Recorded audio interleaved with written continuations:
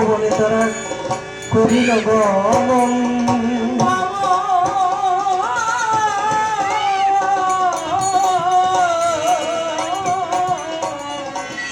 তপবনে গিয়ে তারা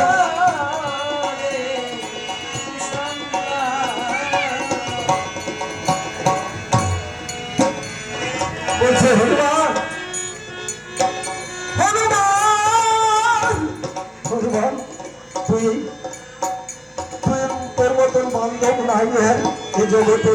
তোকে বলি হনুমান যা তুই এই বনে গিয়ে কাষ্ঠ জোগাড় করে নিয়ে আয়। হনুমান তুই আমার জন্য চিতা সজ্জিত কর।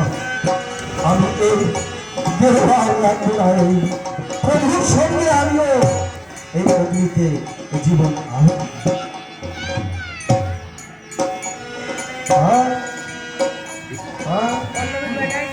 সপ্তপাক ধরে সীতা অগ্নির চারপাশ থেকে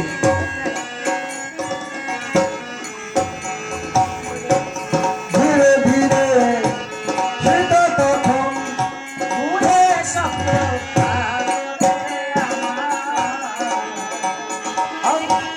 ধীরে ধীরে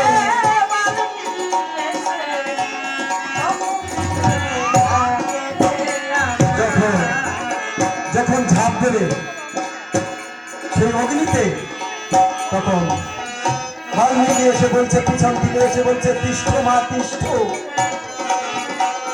মা তুই কি করছিস মা? দাঁড়া না আমি এসেছি। তখন বলছে, পিতা তোমার কি এই আশা ছিল পিতা? ও পিতা গো, শেষে তুমি আমার সব কেড়ে নিলে। পিতা তুমি আমার সব কেড়ে নিলে, এই জন্য কি তুমি আমার লবকুশিকে ভিক্ষা চেয়েছিলে? তোমার কি এই আশা ছিল পিতা? আমি আমার পুত্র নিয়ে ছিলাম ভালো, যে যার সঙ্গে এসেছিলাম সে তো ছেড়ে গেল। পুত্র নিয়েছিলাম, তুমি তাদেরও পিতৃহত্যা পাপে তুমি লিপ্ত করে দিয়েছ পিতা। মা